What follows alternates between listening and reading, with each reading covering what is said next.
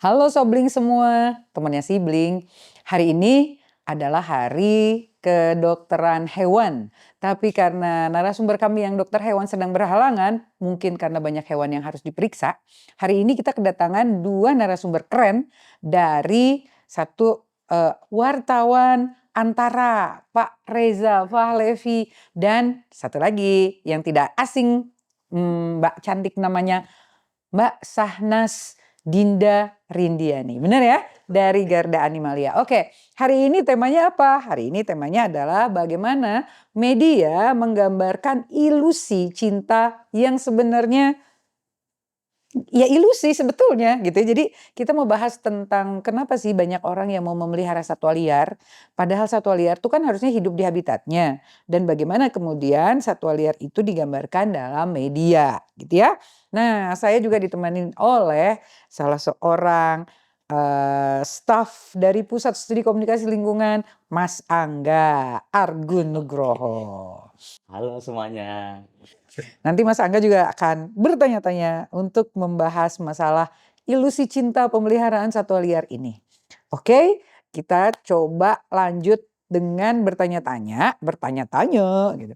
Anda bertanya-tanya gitu ya, mengenai bagaimana sih sebenarnya media memandang ilusi cinta ini. Apalagi di sini adalah, wartawan, Mas Reza ini wartawan Antara yang tergabung dengan Foxy. Selamat pagi Mas Reza. Nah, Mas Reza ini mau cerita dulu ya. Kan, kita bicara tentang, Foxy dulu. Mungkin Mas Reza bisa cerita apa sih Foxy itu gitu? Monggo, Kang. Makasih Bu.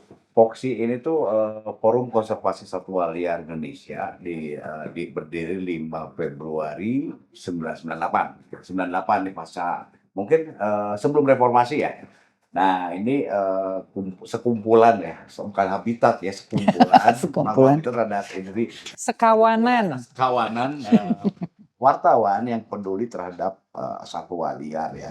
Nah ini kita berkumpul menjadi satu, terciptalah namanya Foxy nih, si binatangnya, nih satwanya namanya Foxy.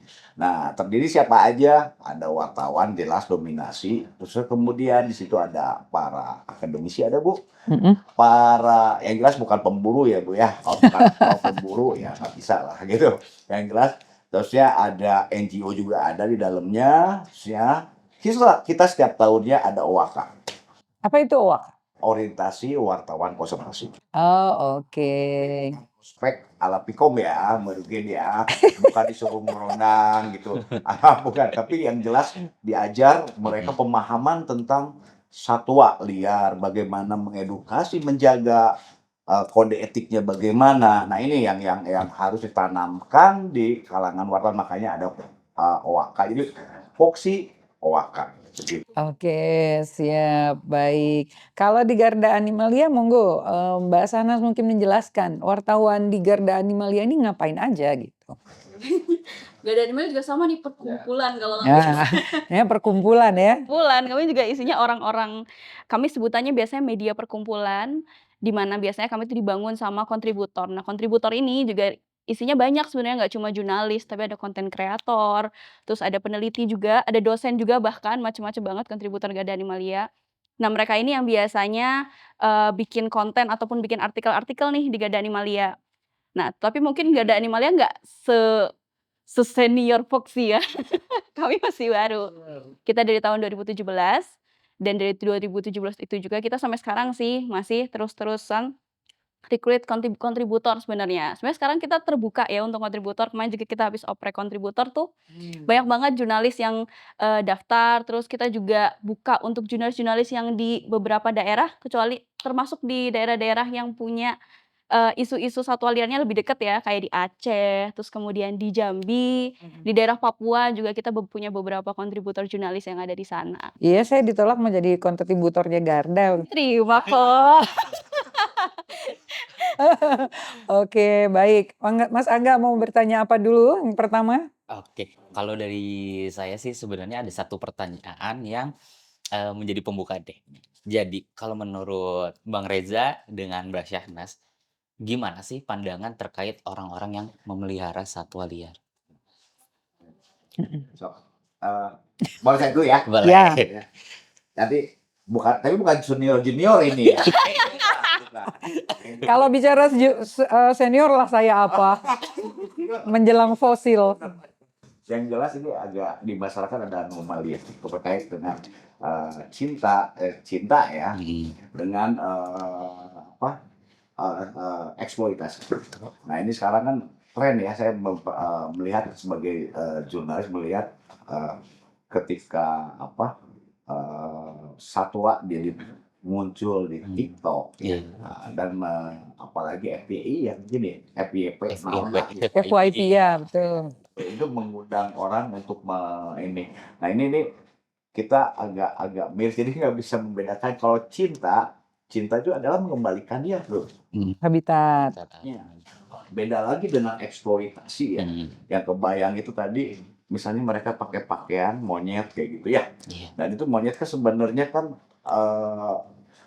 mereka ada mengganggu suhu panas dia terganggu. Nah ini yang kondisi saat ini yang miris ya. Sudah semakin tanda kutip semakin parah ya. Tapi saya bukan yang seperti di Minang ya. Kalau di Sumatera Barat atau di Sumatera itu beruk ya. Iya beruk betul. Tapi itu kan konteksnya sama juga sih ya. Kita tetap mengeksploitasi. Itu mengeksploitasi buat kepentingan kita dapat view. Sedangkan mereka orang bebas, harus bebas. Ya sih. Terkadang juga akhirnya satwa itu dijadiin komoditas untuk penghasilan si manusia itu sendiri gitu loh. Yang akhirnya mengabaikan dari kesejahteraan satwanya gitu. Demi AdSense ya. Oke, pandangannya Mbak. Nanti Mbak Rasya. Kalau tadi Mas Riza bilang cinta sama eksploitasi ya, sebenarnya itu kan sesuatu yang harusnya kalau kita ngelihat dari sudut pandang manusia tuh beda banget gitu kan. Tapi mungkin bagi sebagian orang yang melihara satwa, mereka memahami apa yang mereka lakukan itu sebuah cinta ke satwa liar. Tapi kalau kita yang lihat kan, wah itu eksploitasi gitu kan. Padahal batasnya tuh jelas banget antara cinta sama eksploitasi gitu. Sekarang kalau misalnya kita ngomongin soal batasnya, kita harus mikirin siapa sih yang paling diuntungkan di antara pemeliharaan satwa ini, kita kah? Atau Satwanya. apakah si satwa itu kehilangan kebebasannya? Atau jangan-jangan si satwa itu dipaksa untuk beradaptasi sama standarnya manusia, sama standar hidup kita, dipakein baju, kita pelihara, kita taruh di kandang gitu kan. Itu kan jadi sebuah pertanyaan yang harusnya dipahami oleh mereka-mereka yang pelihara satwa liar. That's why kita melihat ketika itu merenggut kebebasannya si satwa itu, kita melihat itu sebagai eksploitasi gitu. Dan pemeliharaan itu adalah salah satu bentuk merenggutnya atau bentuk kerenggutan apa sih ya bahasa? Direnggutnya gitu ya. Direnggutnya kebebasan si satwa liar itu sendiri gitu yang harusnya ada di alam. Seperti itu sih yang kami lihat. Baik, ini dalam konteks media nih karena teman-teman ada di media ya. Kalau kita melihat, kita sering banget ngelihat di tadi FYP gitu ya, orang pelihara monyet, katakanlah monyet atau yang banyak itu sekarang kayak anjing atau apa ya. Tapi kita bicara agak fokus ke satwa liar dulu ya. Ini kan dipakein baju tadi, terus kemudian disuruh belanja, disuruh ngurus bayi gitu. Jadi seolah-olah mereka tuh bisa kita latih untuk jadi asisten kita sebenarnya gitu ya. Nah saya mau nanya ini soal media, peran media. Dalam hal ini apakah media juga bertanggung jawab atas tereksposnya isu-isu ini atau justru tidak tereksposnya isu-isu ini sehingga orang tuh akhirnya hanya peduli pada kan kita melawannya agak berat ya. Melawan karena mereka hanya punya fokus di media sosial sementara teman-teman media sendiri pasti udah gergetan, tapi bagaimana cara memframing kasus ini? Ya, memang tadi kita memang kalah ya. Kita peranan media jelas tetap edukasi ya Bu ya. Tetap tugas kita memang seperti itu. Cuma persoalannya memang fakta di lapangan kita akan kalah dengan tadi isunya ya, viralnya ya. Apalagi tadi dengan pakaian. Nah, sedikit Bu agak tambahin juga di Indonesia itu kebanyakannya itu di reptil ya Bu ya, primata yang sering dieksploitasi ya. Nah ini satu-satu jalan media ya tetap melakukan. Yang kedua lagi Kalau kita yang akan mencoba ya, mungkin bukan hanya jargon lestarikan ya. Untuk melawan mereka itu strateginya dengan lestarikan satwa liar itu lebih cenderung kesannya menggurui ya Bu ya. Mm-mm. Itu ya buat anak-anak Gen Z itu menggurui kan Pak agak Agak anti ya, sensitif. sensitif ya. Nah, berarti kita apa ya harus dibalik lagi kita. Berarti apa? Andai kata Anda memelihara, bagaimana dampaknya? Diangkatnya lawan dari si lestarikan gitu. Kalau lestarikan Mhm. seolah-olah kan lebih berbicara kalau bahasa Sunda punten punya Mhm. maneh kudu kieu gitu. Pasti mereka akan ya Bang, kerjaan saya AdSense saya di sini nih diganggu sama ku si Akang eta cenah si Akang rewok benernya gitu. Ya terganggu. Ya lawannya ya berarti kita harus menggambarkan ke mereka bahwa kamu ini akan efeknya penyakit, efeknya mereka tidak bebas, mungkin melanggar menghumankan si satwa ya. Nah ini yang kita harus membuat ini salah satu mungkin PR buat media juga menciptakan konten-konten anti terhadap itu. Salah satu langkah yang harus Salah satu peran media ya. peran media harus dilakukan itu. Oke, baik. Mbak Sahnas gimana nih? Kan banyak juga nih ngomongin tentang jangan pelihara satwa ya seolah-olah gitu. Pernah dapat ancaman atau gimana? Kalau ancaman pasti pernah ya dari mereka yang berbeda sama kita, berbeda pendapat sama kita. Kadang kami ngerasa kita tuh kayak lagi perang konten aja di media tuh. Eee, Media baik itu TV, terus kemudian konten-konten media sosial, itu kan sebenarnya semuanya punya peran yang sama kan. Semuanya punya jaringan, pemirsa, jaringan penonton, jaringan penikmat tuh yang sangat luas gitu. Semuanya harusnya ikut bikin konten yang sesuai sama apa yang seharusnya kayak dikonservasi gitu kan. Seharusnya semuanya punya nih ya Pak ya, punya pendidikan konservasi tadi, semuanya semua wartawan punya wartawan atau konten kreator ikut ini jangan-jangan OAK juga. Kayaknya begitu deh. Mhm. Karena ini penting juga, karena kita sendiri sekarang masih menemukan kayak mungkin teman-teman pernah lihat di TV orang pelihara beruk terus masuk ke dipertontonkan Ya gitu betul, betul kita lihat bahkan itu media konvensional ya, media massa umum gitu ya. juga. Terus kita ngelihat juga, artikel-artikel website di beberapa media yang seharusnya ini media yang cukup diminati masyarakat, justru ngasih artikel gimana sih cara pelihara monyet atau gimana cara menangkarkan monyet. Kayak gini kan jadinya usaha kita jadi kayak perang lawan diri kita sendiri yang Benar, benar. melindungi konservasinya, media-media lain beberapa yang nggak punya pengetahuan tentang konservasi justru bikin artikel-artikel kayak gitu. Benar. Kita ngelawan sama konten kreator yang punya engagement lebih tinggi. Iya, iya. Kalau media sosial kan kita tarungnya di engagement ya. Algoritma kan bacanya engagement doang kan, nggak cuma soal etika doang gitu. Bahkan kadang etika nggak jadi poin utama karena bisa diakalin sebenarnya. Kayak pedagangan-pedagangan di Facebook, terus pedagangan di TikTok tuh kan masih ada. Tapi, itu sampai sekarang masih diakali sama orang-orang cara-caranya biar nggak ke-hack gitu sama Facebook. Oh luar biasa, benar, benar. Kita aja sering edukasi bicara soal bagaimana jangan sampai membunuh ular itu udah kena ban. Bicara bunuh gitu loh, udah.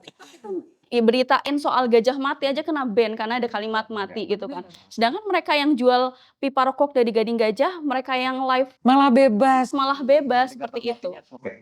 Gitu. Iya, harus pakai huruf 4 A-nya. Itu kan justru kayak nggak adil bagi kita yang mau memberikan fakta sebenarnya. Karena sebetulnya itu jadi kelihatan kayak main-main gitu ya. Oke, baik Mbak Sahnas, kita tahan dulu karena ini di paruh pertama ini sementara kita masih punya banyak PR gitu ya. Untuk segmen kedua kita akan bicara tentang etika di media, bagaimana media konvensional bersaing, berseteru bukan nggak konvensional juga, orang kita juga mainnya di digital gitu ya. Bersaing dengan media sosial yang juga bicara soal pemeliharaan satwa liar dari AdSense dan bagaimana hobi itu akhirnya juga diperkuat oleh undang-undang yang atau peraturan yang udah lama banget yang harusnya udah direvisi itu ya. Nanti kita akan bahas itu bersama para wartawan yang sudah banyak berpengalaman di dunia konservasi satwa liar. Sebentar, jangan kemana-mana. Halo sibling, balik lagi di Equal Living Room. Nah, tadi kan sebelumnya kita membahas soal miskonsepsi nih, soal cinta, kemudian soal eksploitasi. Nah, kita akan selanjutnya akan membahas terkait yang lebih panas lagi bahasannya terkait bagaimana pemeliharaan sama bagaimana hobi dan undang-undang itu Seolah-olah seolah-olah mendukung gitu ya, betul. mendukung pemeliharaan. Mungkin pertanyaan pertama adalah bagaimana nih dari Bang Reza dan Mbak Syahnas memandang terkait orang-orang yang menganggap hobi ini tuh sebagai bentuk perlindungan, padahal kita tahu bahwa itu melanggar undang-undang yang ada. Kan kita sering dengar tuh ya, agak orang yang kemudian bilang bahwa daripada di hutan, hutannya habis, mending di rumah kita pelihara satwanya, kita kita kasih makan gitu dan tetap hidup gitu katanya. Ya itu kalau ya itu fatal ya, Hmm. muncul. Jadi apa istilahnya, kalau kemarin tulisan itu apa, sesuatu yang salah ya kok terus berulang kan menjadi suatu benar ya. Iya, dinormalisasi. Itu kan terus berulang-ulang ya. Dari tadi perkataan itu seperti Ibu tadi mengatakan, daripada itu udah hal yang umum ya.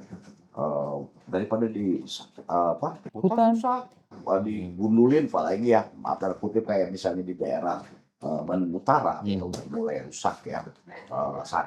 Banyak peralihan lahan. Hingga kan berasumsi orang kan, nah itu udah fatal kalau kita tidak, ya tadi memang berat ya untuk melawannya, tapi minimal kita ada itikat untuk kebaikan ya, mengingatkan sebagai jurnalis kami gitu, untuk mengingatkan itu salah gitu. Nah kembali lagi kalau tadi terkait nggak apa-apa ya satu pak sama hukum ya. Nah ini juga menjadi PR juga karena undang-undang tuh nomor 5 ya, 32 sekarang. 32 ya. Walaupun masih banyak yang protes. Ini kita nggak saya kebetulan nggak begitu ini, minimal bisa dikaitkan nggak dengan undang-undang, bisa dikenakan ITE atau apa ya ancamannya, karena kan dengan memviralkan seperti itu kan, jadi bukan hanya sekedar memelihara aja ya, tapi ketika dia memviralkan berdampaknya dan menjadi masif, menjadikan tadi berawal dari konten viral, orang berlomba-lomba ingin memelihara, hingga muncullah perdagangan ilegal. Itu kan berkaitan tuh, satu linier nih. Nah, kita harapkan dari undang-undang itu bisa menegakkan sanksi yang sangat tegas. Kalau perlu ibarat tanda kutip di ban kayak misalnya dia 1 juta hilang kan nangis bombay itu. Tapi nanti kena juga kita yang kayak tadi gitu. Dilindungi sama undang-undang ya, nggak jadi masalah. Maksudnya kita ini kan ibaratnya kegelisahan ya. Betul. Terus berulang-ulang seperti itu kan, wah. Jadi orang berlomba-lomba pelihara, terus Iya. orang mending melihara naon lah gitu tadi, ular atau apa gitu. Untungnya tembacoknya. Kalau dari Mbak Syahnas gimana? Justifikasi pemeliharaan karena nolong satwanya itu sebuah pemahaman yang lucu sih menurut saya. Karena kalau misalnya kita lihat, sebenarnya itu banyak ya, dan itu lumrah banget orang-orang di Facebook, di Instagram kita bisa bahkan Gada pun masih nerima komen kayak gitu, ya daripada habitatnya rusak gitu kan. Padahal sebenarnya kalau kita mau jawab ya harusnya habitatnya yang dibenerin, bukan satwanya yang diambil dari hutan gitu kan. Dan ini juga sama kayak tadi, ujungnya jadi eksploitasi lagi ke satwanya, bukannya hutannya yang dibenerin, malah satwanya yang kita ambil. Makin seneng dong orang yang ngebabat hutan, makin seneng dong orang yang mendeforestasi hutan gitu. Karena udah nggak ada penghuninya kan, jadi bebas gitu. Nah ini juga ada satu hal lagi nih, ini kan juga orang-orang yang memelihara satwa juga berdalih bahwa yang mereka pelihara itu hasil budidaya, hasil ternak, hasil breeding gitu ya. Nah dalam hal ini kan kita juga tahu ya, ketika IUCN menetapkan ada extinct in the wild, ini juga mempengaruhi extinct in the wild. Jadi yang di luarnya habis cuman ada di dalam kurungan atau di dalam pemeliharaan aja gitu. Ini banyak nih Mbak, termasuk yang satwa liar import gitu ya, itu harganya udah mahal, Tapi kemudian dia pasang tuh seolah-olah dia jadi kayak pahlawan untuk konservasi satwa gitu. Nah, bagaimana pandangan teman-teman jurnalis tentang ini? Coba. Mulai. Gantian. Gantian. Iya, sebetulnya ini juga jadi sesuatu pemahaman yang serba salah ya. Kalau kita mau ngomong, "Sebenarnya satwa liar nggak boleh dipelihara," gitu kan. Terus gimana satwa yang hasil breeding? Gimana sama orang yang punya surat izin gitu kan? Mereka tetap boleh kok melihara secara legal. Nah, kadang tuh kita terhimpit di aspek legal itu, karena mereka boleh dipelihara, ya mereka punya surat izin melihara, mereka punya surat izin penangkaran, Dan satwanya juga nggak bisa dilepas kan kata mereka gitu. tapi kan itu juga, eee, rawan cuci satwa juga ya kalau misalnya kayak gitu, misal Laundry ya? Wildlife laundry gitu. wildlife laundering, misal bilangnya dari penangkaran, ternyata enggak, ternyata dia F1, ternyata Tuh. langsung captive, apa sih bahasanya kalau para pedagang di Facebook tuh WC, wild caught. wildlife langsung, wildlife captive. Wildlife? Wild caught. Tangkapan liar. Wild caught, iya betul. Wild caught. Ya, biasanya bahasanya kayak gitu. Nah, ini kan juga, sesuatu yang sama aja sebenarnya ya, tapi ya memang itu, kita terhalang sama aspek legal yang diatur gitu. Terus kalau misalnya kita ngomong dunia idealnya nggak ada pemeliharaan, sebenarnya nggak bisa juga, karena nilai perdagangan satwa tuh Tinggi banget. Nilai permintaannya tuh tinggi banget, bahkan di artikel tahun 2022 tuh nilainya 10-20 miliar untuk perdagangan satwa gitu. Dan sampai sekarang pun kita masih menemukan orang melihara satwa gitu kan. Jadi kalau kita ngomong idealnya sih harusnya semuanya nggak boleh, walaupun ada penangkaran, walaupun ada izin gitu kan. Tapi kan kita nggak bisa menolak adanya permintaan itu, kita harus ngekontrol itu gitu kan, harus ada peraturan itu. Dan sebenarnya kalau secara aspek legal memang nggak salah, tapi kita kalau ngelihat secara aspek etis, ya salah gitu. Kadang tuh ada orang yang melihara, dijadiin konten. Mungkin sempat viral beberapa waktu lalu, ada influencer, dia melihara beruk, terus beruknya diadu, atau dia melihara monyet, dipakein baju, dijadiin kayak anak gitu kan ya, Pakai KTP. pakai KTP gitu-gitu. Itu secara legal kalau dia punya izin, ya memang nggak apa-apa, tapi secara aspek etis, secara welfare, itu jelas-jelas itu bukan sebuah bentuk cinta dan kasih sayang sih kami melihatnya. Itu sebuah perlakuan miris terhadap satwanya justru. Kalau di 5 hak satwa liar ya, itu ada salah satunya bebas dalam berperilaku sesuai alaminya gitu kan. Itu jelas kalau jadi peliharaan itu nggak akan, Berperilaku seperti itu. bahkan dampaknya juga bisa berbahaya juga. Selain kita ngomongin zoonosis ya, kita ngomongin naluri alamiah satwa juga. Kayak monyet yang dipelihara di Pamekasan, mungkin pernah lihat beberapa waktu lalu, di bulan April ini ada 2 kasus, satu balita umur 5 tahun itu meninggal dunia Diserang. karena monyet itu dipelihara terus lepas dari kandang, dan itu monyetnya katanya lagi, masa remaja. Iya, betul. Lagi agresif-agresifnya, karena kan memang, satwa liar kan punya sisi itu ya kalau misalnya pas dewasa gitu.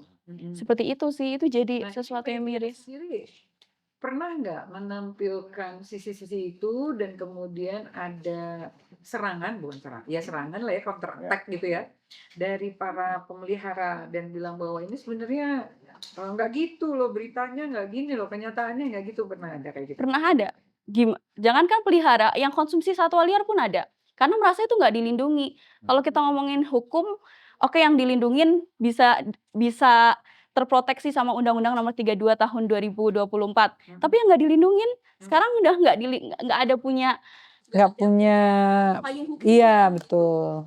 Paling kalau misalnya itu disiksa, terus dipertontonkan, itu bisa kena. Tapi di KUHP 336, 338.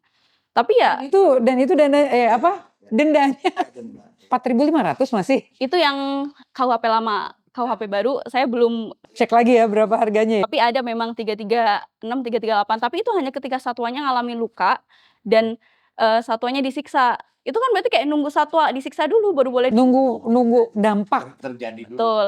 Jadi kesannya eksploitasinya nunggu eksploitasi fisik dulu, bukan eksploitasi yang mungkin nggak sebagian orang tuh nggak bisa ngelihat kayak tadi dirinya dia stres, secara fisikisnya satwanya stres gitu. Jadi harus ada luka dulu tuh baru bisa Fisik. ada bukti fisiknya seperti itu. Nah, itu kan di taman safari mah sering ya, Iya. Kang, kayak orang turun dari mobil, ngasih makan apa, ngasih waktu itu pernah ada yang ngasih minuman keras segala. Itu. Ya memang tadi serba dilema ya kalau tadi berbicara legal atau tidak, tapi kan memang dilindungi ya tadi ketika menangkarkan ya. Tapi kita berbicara tinggal tergantung sekarang dari regulasi bisa mengatur satwa mana aja ya. Tapi kalau secara tadi memang menggiurkan ya nilai-nilainya ya. Ya saya nggak usah banyak lah, banyak mungkin artis juga ya. Pejabat. Dengan bangganya dia Mm-mm. memiliki mini zoo ya di rumah seperti itu. Ya mungkin nanti kita nggak tahu ya tiba-tiba sultan baru ya. Orang sejak itu kayak si A meliharana gajah, orang kudu melihara gajah. Jadi akhirnya permakluman nih. Nah ini yang sebenarnya yang harus segera diatasi ya. Kembali lagi media sendiri kita untuk berbicara tadi itu nggak boleh menangkar atau seperti apa gitu. Ini memang tetap kita dilematis juga karena aturan mereka pasti sudah ada di regulasinya. Dan itu juga jadi bagian dari perdagangan global, Kang, gitu. Ketika kita bicara soal monyet, reptil tadi, kan itu ada kuota perdagangan gitu yang ditetapkan oleh pemerintah sendiri gitu. Ketika kemudian itu tiba ke sana, kok kita nggak boleh pelihara? Nah, jadi begitu lagi. Pengumuman terakhir kan yang di Merak ya, yang ketangkep penyelundupan ya satwa liar juga dari Sumatera dari Bekauni ke Merak sebelum Lebaran kemarin.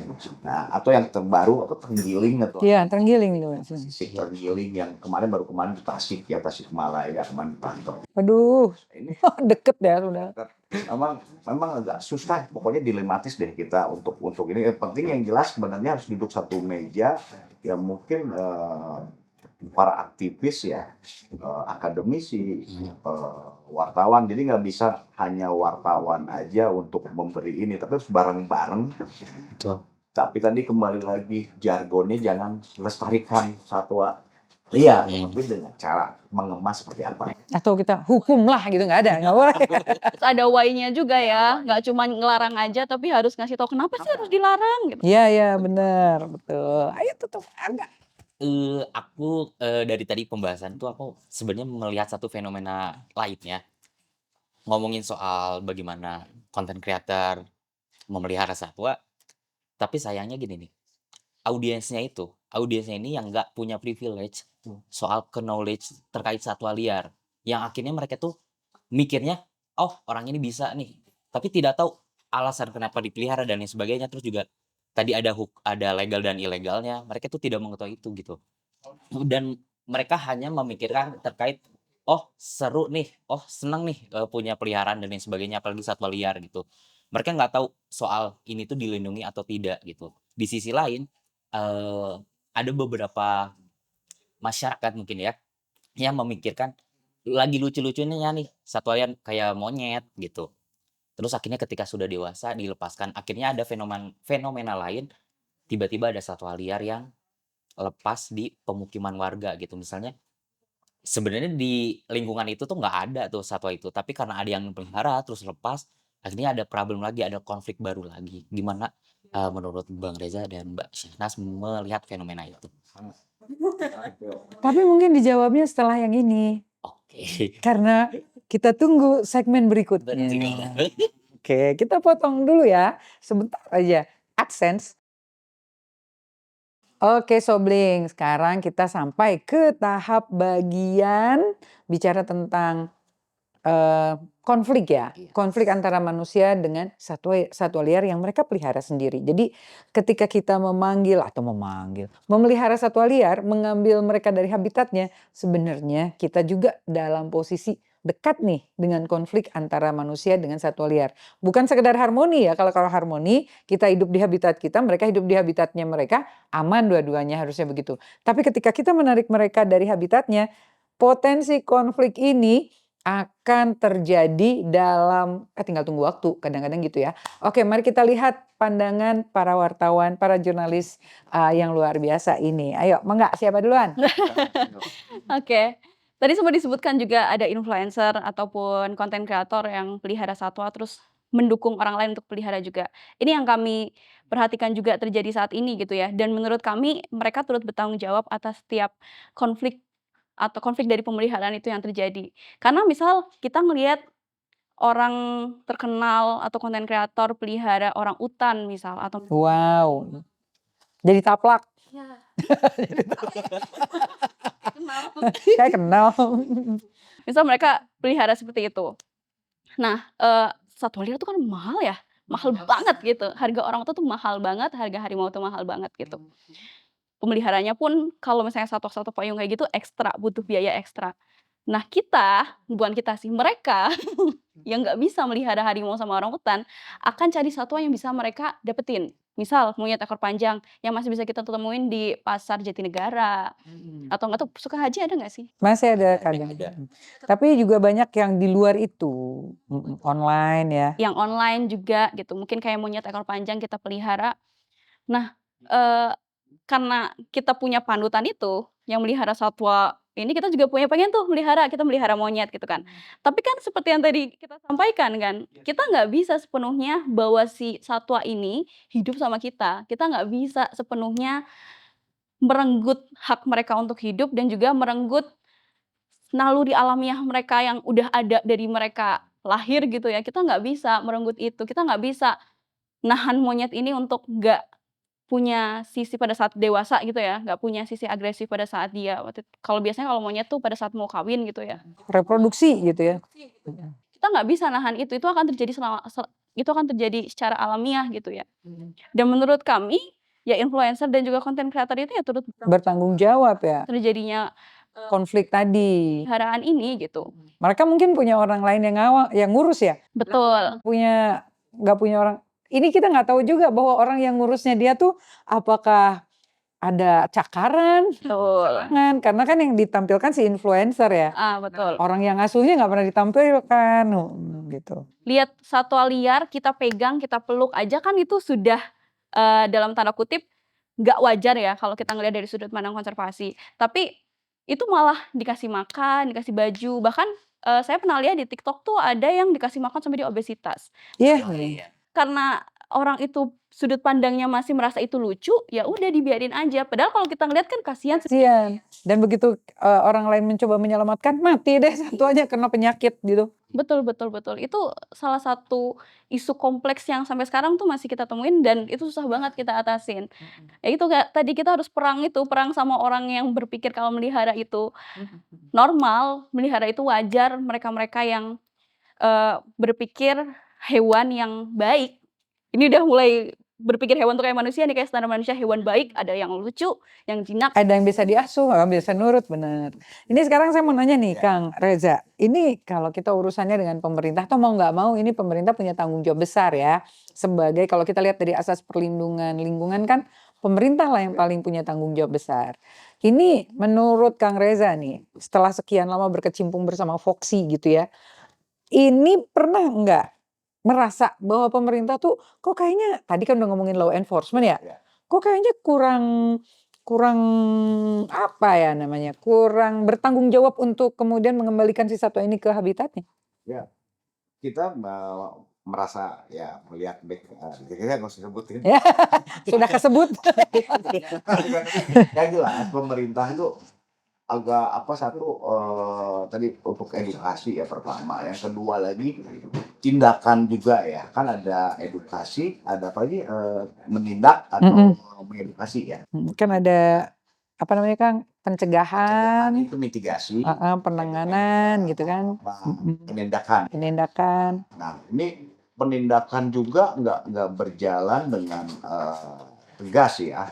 Ya contoh tadi masih ada yang tadi masih bisa viral kayak gitu. Sebenarnya kan sangat mudah ya kalau saya melihat, tinggal lihat aja searching di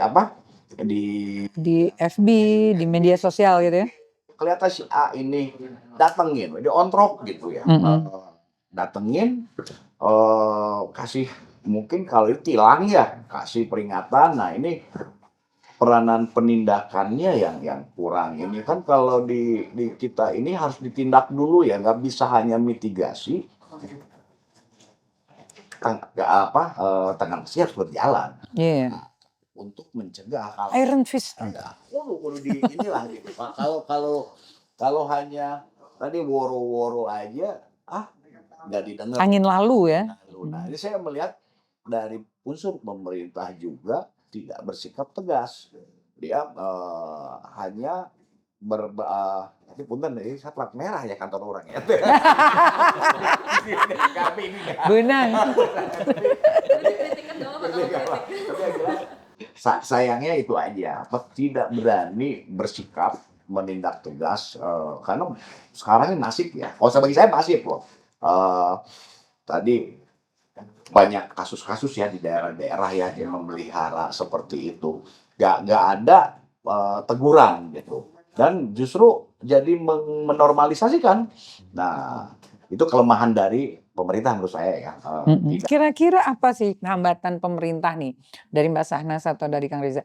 Kok sampai mereka nggak punya, apakah mereka juga terkena tekanan dari pihak yang lebih luas lagi gitu, sehingga kemudian mereka kok kayaknya kurang serius gitu ya untuk menindak gitu. Ini apa kira-kira hambatannya dari menurut teman-teman jurnalis? Saya nggak ada nyali ya sebenarnya kalau saya ya. Gak ada nyali, kan mereka udah ditugasin. Harusnya ya. Padahal sebenarnya kalau dia ada nyali menindak bisa dapat AdSense juga lebih gede loh. Sekarang orang yang memelihara dapat tiba-tiba pemerintah menindak. Viralin aja sekalian. Dapat juga tuh meskipun Iya. kalau Secara public branding gitu ya lebih bagus. ya kena ya misalnya contoh satwa ya kayak misalnya di kemarin Bandung Zoo ya Bu ya. Harimau Mati. si puru hara. Nah, ini Sudah bikin huru-hara. ketika wartawan tuh pasti akan mengejar BKSDA. Ini jadi HL headline. Iya. Kuncinya di situ.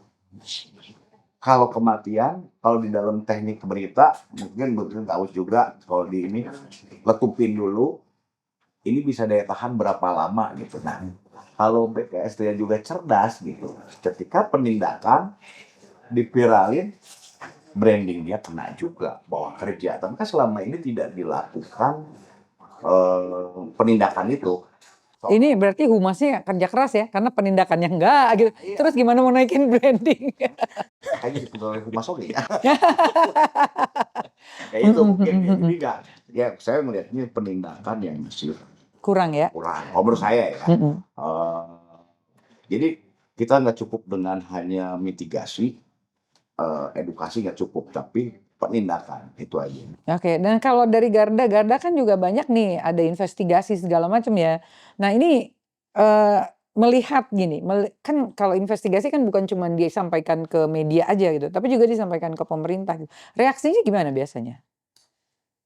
Tarik napas dulu dia. Dia tarik napas dulu ya. Mungkin kita pakai bahasa riset kriminal satwa liar ya. Jadi apa namanya pengumpulan full bucket. Pengumpulan bahan keterangan. Ya. Kalau kita ngomongin soal pemerintah, kayaknya ini kita yang jawab juga harus pemerintah karena kita juga bertanya-tanya kenapa? Kenapa susah banget? Iya, kenapa susah banget untuk mengawasi ini? Biasanya ya yang kami terima, kami nggak akan sebut BKSDA-nya mana BKSDA, nggak cuma BKSDA bahkan mungkin Balai Taman juga gitu. Iya. Kan yang punya kuasa di situ. Mungkin kayak kekurangan SDM lah, kekurangan budget lah, itu pasti jadi salah satu alasan kenapa sih susah banget kayaknya melakukan pengawasan dengan optimal gitu ya. Dan kami juga menemukan beberapa followers kami itu laporan ke kami ketika ada satwa kayak monyet, terus yang lepas, terus habis itu mereka bilang saya udah lapor BKSDA tapi nggak Ngambil. karena bukan dilindungi. Nah ini jadi salah satu yang harusnya jadi perhatian nih. Terus siapa yang ngelindungin hewan-hewan yang satwa-satwa yang nggak dilindungi? Damkar gitu. Damkar nggak punya dokter hewan, nggak punya pihak, Nggak punya shelter gitu ya. nggak punya apa ya namanya kandang karantinanya gitu kan. Nah, at the end kayak kasus, saya lupa di Sukabumi atau di mana, itu ngelibatin, Dinas Pertanian gitu ya. Itu salah satunya. Ya, harusnya kita bisa dengan jelas ngatur sebenarnya ini wewenangnya di mana sih, supaya mereka tuh nggak lempar-lempar wewenang, jadi yang ngawas tuh jelas siapa gitu kan. Benar. Kita juga jadi bisa nagih kalau ada kayak gini siapa sih yang ngawasin gitu ya. Terus kemudian kalau dari sisi penegakan hukumnya gitu, ini juga yang kami perhatikan itu harus melibatkan banyak pihak. Sebenarnya nggak cuma polisi doang, nggak cuma Gakum doang gitu. Sekarang modus perdagangan satwa liar itu banyak banget dan terus berubah-ubah. Kita pinter-pinter cari celah mereka untuk, eee, melakukan transaksi penyelundupan gitu ya, mereka juga pinter cari jalan untuk biar nggak ketahuan gitu kan. Dan mungkin ini jadi salah satu hambatan pemerintah juga untuk, nguak itu gitu ya, makanya butuh banyak pihak. That's why kita sendiri kemarin, melakukan, kita pernah wawancara sama PPATK untuk menelusuri money money apa namanya, money tracker ya, apa sih namanya, semacam itu. Alur keuangan itu juga penting untuk diperhatikan karena modus operandi yang terus berubah, tapi uang kan tetap ada kan, uang kan tetap mengalir. Rekber, betul, pakai sistem rekber dan yang punya kuasa untuk mengawasi ini kan PPATK gitu. Makanya sebenarnya banyak banget yang harus terlibat di sini. Tapi masalahnya kadang mereka tuh lempar-lemparan. Karena merasa nggak terlibat langsung dalam hal ini gitu ya. Dan saya emang punya pengalaman Mbak, ketika ada penyelundupan ular ya, satwa liarnya ular gitu, dikirim lewat agen, mau dikirim ke Inggris. Terus dari freight forward di Jakarta dibalikin lagi karena di situ ada keterangan ada makhluk hidup. Jadi dibawa ke sini, si agennya yang di sini nggak tahu. Begitu dibuka ular berbisa gitu kan. Nah diambillah, kalau saya sih ya, ini polisi ini bisa kok lacak gitu. Enggak, selesai didamkar. Karena begitu minta tolong damkar ngambil, udah damkar minta tolong Bu, ini gimana? Gitu. Kita mikir, apa mereka terlalu banyak kerjaan ya, sampai akhirnya yang ini nggak keurus gitu kan. Tapi kan mau nggak mau ini memang siapa lagi yang punya wewenang kalau bukan pemerintah gitu. Kita betul, kita bersedia bantu, tapi kan wewenang ada di mereka. Kita kan nggak bisa ya main ambil keputusan yang harusnya wewenangnya mereka, yang ada kita yang kena gitu kan. Kali oke baik teman-teman Sobling, sementara kita tutup dulu nih tahap membicarakan pemerintahnya. Tapi ini belum selesai, masih ada satu segmen lagi sebelum kita tutup tayangan kita kali ini. Jadi jangan kemana-mana dulu, masih seru loh, oke? Dadah, sebentar. Nah, halo Sobling, balik lagi nih kita di acara Eko Living Room. Tadi kita udah banyak ngebahas yang daging banget, sekarang kita bahas salah satu hal yang kemarin-kemarin dan baru-baru ini gitu terjadi, soal penyelundupan yang aduh 5 ekor komodo. Nah itu dia. Gimana nih, apa ya, apa nih dari Mbak Syahnas dulu deh, bagaimana melihat kejadian tersebut? Melihat dari sudut pandang apa nih? Saya kalau mengecam jelas mengecam ya, adanya apalagi nih komodo gitu kan. Bukan satwa kecil gitu ya kan, gede gitu. Ini yang diselundupin tuh sebesar apa sebenarnya? Nah, sebenarnya kami juga selalu heran nih sama para penyelundup. Maksudnya mereka tuh punya aja cara untuk nyelundupin hewan satwa-satwa liar gitu ya. Ya orang hutan, yang komodo itu kan gede ya. Dan kayak beberapa waktu lalu tuh pernah juga kami dengar beruang di kapal. Beruang atau kanguru pohon, kanguru laut. Oh iya benar dari Indonesia Timur ya. Di Jawa Timur kalau nggak salah ketangkepnya. Dan itu kan kayak harusnya kan orang tahu ya bawa barang segede itu ke dalam harusnya kan ada pengecekan. That's why ini juga perlu banget nih tugas-tugas yang di pelabuhan, yang di terminal bahkan karena kasus sisik terenggiling yang 1 ton itu di terminal bahkan. Di terminal bus gitu. Ini tuh mereka tuh punya banyak banget cara untuk nyelundupin satwa liar. Bahkan harimau juga pernah ada yang di mobil ambulan. Kalau ada tuh di Sumatera. Ada aja sih. Modus-modus operandi penyelundupan satwa liar tuh banyak banget. Mereka pintar, kita juga harus cari lebih pintar lagi, harus cari cara lagi untuk tahu itu gitu.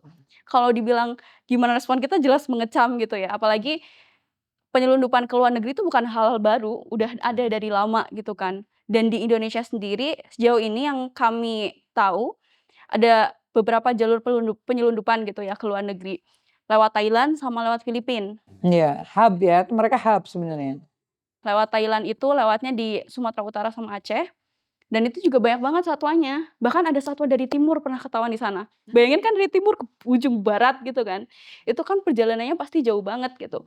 Dan mungkin di tengah jalan ada yang udah mati gitu, hewan-hewannya gitu.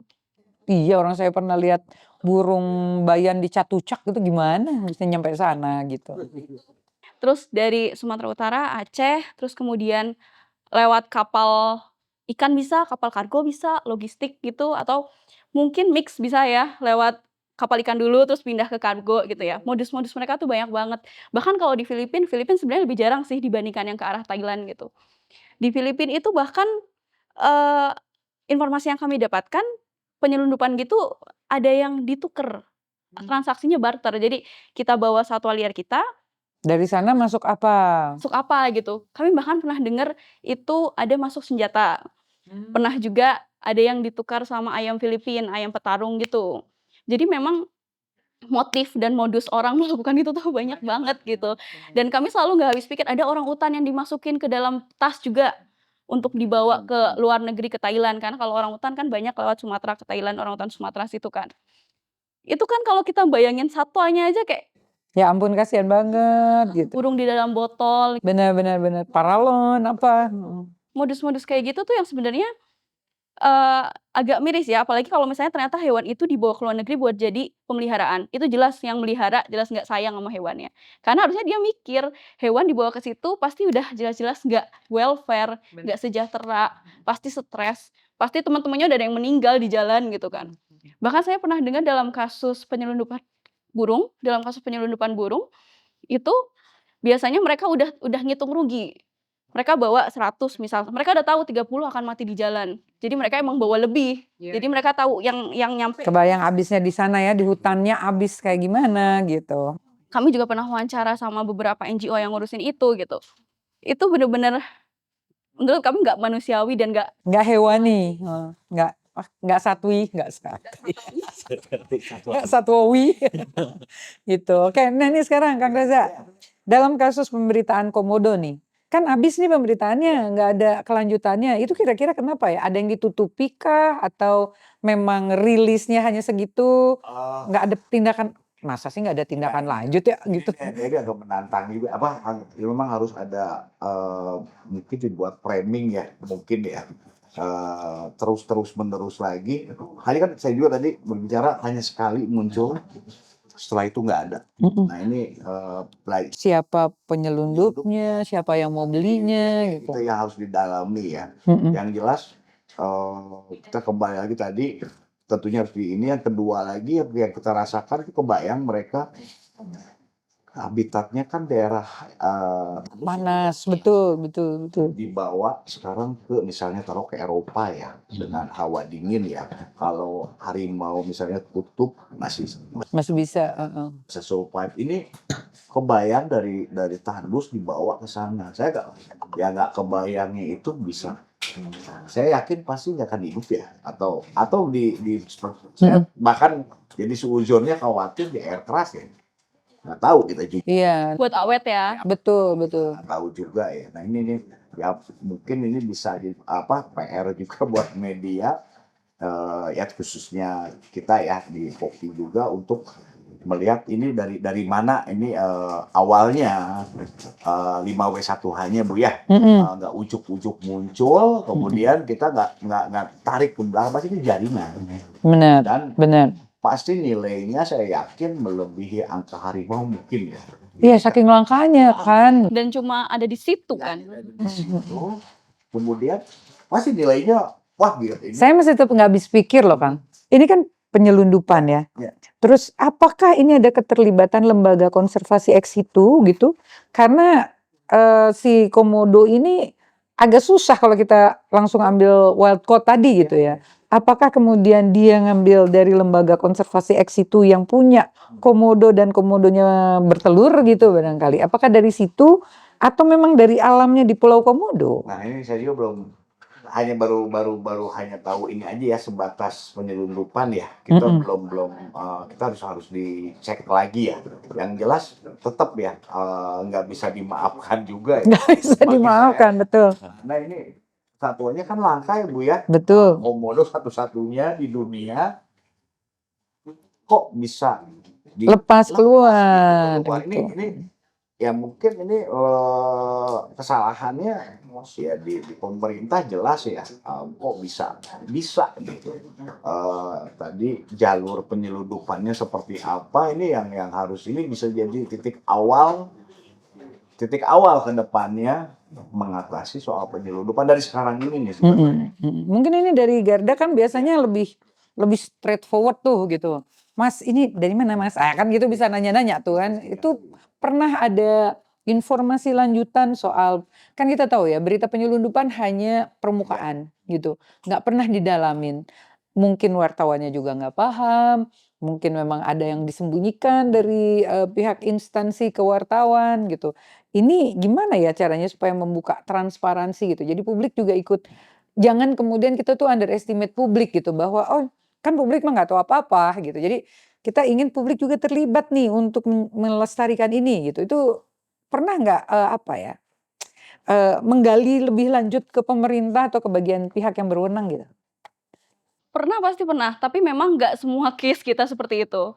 Beberapa case, yang kami perhatikan, sampai kami cari tahu, sampai kami kawal sidangnya, sampai putus, sampai vonis, sampai sampai hasil bandingnya tuh menurut kami sesuai gitu. Beberapa memang kami kawal, tapi memang case satwa liar kan banyak banget ya, dan kita nggak bisa ngurusin semuanya, semua kasus satwa liar, apalagi kalau misalnya kita memang nggak punya jalur ke sana. Misal kayak, eee, kita udah nanya BKSDA nggak mau jawab, kita nanya kepolisian, polisian nggak mau jawab. Kita Mau nanya siapa gitu? siapa? Mau nanya pedagangnya? Mau nanya pedagangnya kalau tahu, kalau nggak tahu gitu kan. Misal kayak kasus-kasus di Jawa Barat tuh juga banyak. Kasus, pemeliharaan. Ada kemarin pemeliharaan atau perdagangan saya kurang tahu, siamang itu bahkan ada yang restoratif justice. Pelakunya kena restoratif justice. Itu Enak sekali. kan sesuatu yang kok bisa gitu. Itu kan dilindungin gitu kan. Dia dapetnya dari mana? Dari mana? Berapa harganya kan gitu. Terus kayak di kasus Sisik Terenggiling juga, itu yang benar-benar salah satu kasus yang kami kawal, di Sumatera Utara, di daerah Kisaran, itu pelakunya 4 orang, 2 orang TNI, 1 orang polisi, dan juga 1 orang sipil, yang sebenarnya harusnya bukan cuma itu doang, sindikatnya harusnya jaringannya Gede, banyak. lebih besar. Karena mereka berempat tuh perannya, si sipilnya tuh sebagai kurir ke pembelinya. Terus kemudian si si TNI dan polisinya itu sebagai pedagangnya, polisinya katanya pemiliknya, otak utamanya. Bahkan itu 1,2 ton sisik itu disimpan di gudang Polresnya. Iya. Luar biasa. Gudang Polres Asahan, diambil sama 2 TNI itu pakai mobil, terus dibawa lah. Mobilnya pakai plat tentara juga biasanya. Kita harus cek lagi nih gitu. Karena kadang-kadang maksudnya keterlibatan orang yang oknum sih ya, oknum tuh di mana-mana ada gitu. Jadi maksud saya apakah kan saya pernah ngobrol nih sama Kasdam Ambon ya tentang bagaimana mereka juga ingin mengupayakan bahwa tentara tuh harus bisa melindungi keanekaragaman hayati kita gitu. Tapi yang terjadi tadi oknum-oknumnya masih ada gitu. Heeh, dan itu kan otaknya dari si polisinya kan. Itu yang kami kawal sampai sekarang. Pun hasil pengawalan kami secara terus-menerus, kami juga kolaborasi sama jurnalis yang ada di Sumut, dari IDN Sumut. Kami kawal setiap sidangnya, pun tetap menurut kami nggak semenyenangkan itu hasilnya. Karena, ada ketimpangan vonis di sana. Misal dari TNI-nya tuh cuma 1 tahun, bahkan 8 bulan kalau nggak salah tuh Tidak dipecat. Iya, Kalau 8 bulan enggak. betul, dan si polisinya karena otak pelaku kalau nggak salah 7 tahun hasil bandingnya. Si kurirnya, sipilnya, padahal dia cuma kurir kan, biasanya kalau kurir sipil kan kalau kurir kan lebih rendah. Dia sampai 7 tahun kemarin hasil banding. Lah kok aneh? Itu kan aneh banget. Makanya Ada yang ditumbalkan gitu di situ, betul betul. Nggak fair ya hasilnya. Jadi oke, kalau kita lihat dari perbincangan kita hari ini tadi yang sedemikian serunya ngomongin tentang perburuan, masalah pemeliharaan gitu. Nah, baik Kang Reza sama Mbak Sasnas sebelum kita tutup ini mungkin perlu disampaikan. Apa sih pesan terpenting gitu yang disampaikan untuk baik itu media, mungkin juga ada keterlibatan Dewan Pers mungkin di sini yang harus kita datangi gitu barangkali ya. Itu yang bisa membantu wartawan-wartawan muda gitu untuk bisa lebih konsisten membicarakan tentang konservasi satwa? Mangga, Ya. Kang? Ya, yang jelas salah tantangan media ke depan lebih besar ya untuk mari kita bersama-sama ya melawan ya istilah melawan dari peredaran ya atau pemeliharaan yang aksi ugal-ugalan eksploitasi terhadap satwa. Kita bisa bareng-bareng hanya media sekarang yang bisa dikatakan sebagai penyelamat ya. Mm-mm. Eh, itu satu. Yang kedua, wartawan juga harus diperkaya dengan pemahaman tentang satwa. Mm-mm. Ya, jangan belajar dari literasi ya. Bagaimana satwa-satwa yang dilindungi.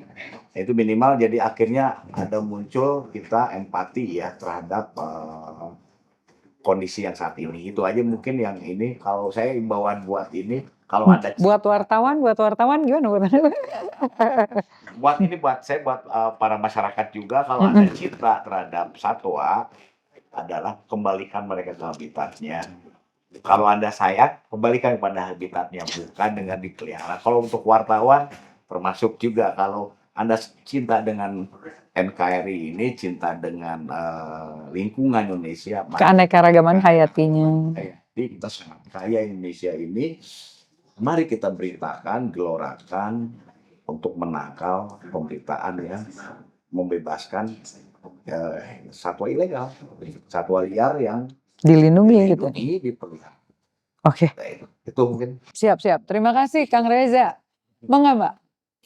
Oke, sini. Ya. Konservasi itu sebenarnya bukan cuma buat satwa, bukan cuma buat lingkungan, tapi buat kita juga. Kita juga butuh itu. Dan udah seharusnya kita punya rasa kepemilikan akan itu, kita juga punya kewajiban untuk itu. Kami melihat jurnalis itu jadi salah satu garda. Garda Animalia. Jadi garda terdepan juga yang punya akses secara luas ke masyarakat. Ke mereka yang umurnya mungkin sudah dewasa atau mungkin kan mereka biasanya punya target pemirsanya sendiri ya. Jurnalis itu punya akses ke semuanya, punya akses untuk ngasih informasi, punya akses untuk ngasih edukasi. Saya harap kita semua bisa bareng-bareng untuk lebih peduli lagi dan lebih punya rasa memiliki lagi sama konservasi satwa liar. Saya harap kita semua bisa sama-sama belajar soal isu ini karena mungkin ini awam juga buat semua orang, buat semua jurnalis juga nggak semuanya bisa memahami ini gitu ya. Saya juga masih belajar, mungkin kita semua di sini juga Kalau masih tidak belajar. Nggak seksi isunya. Di Indonesia nggak seksi. Kalau di luar nggak tahu. Isu politik ya. Ya, betul. Agama. Padahal kan kalau kita ngomongin isu Iya. satwa liar kan itu Wah, iya. terbesar keempat ya, Betul. perdagangan satwa liar terbesar keempat di dunia. Ini juga penting kok, nggak kalah pentingnya sama isu politik, nggak kalah pentingnya sama isu sosial. Kita semua bisa kan harusnya hidup bareng-bareng mengusahakan yang terbaik buat sama-sama gitu. Betul, dan semua orang tuh sebenarnya punya peran.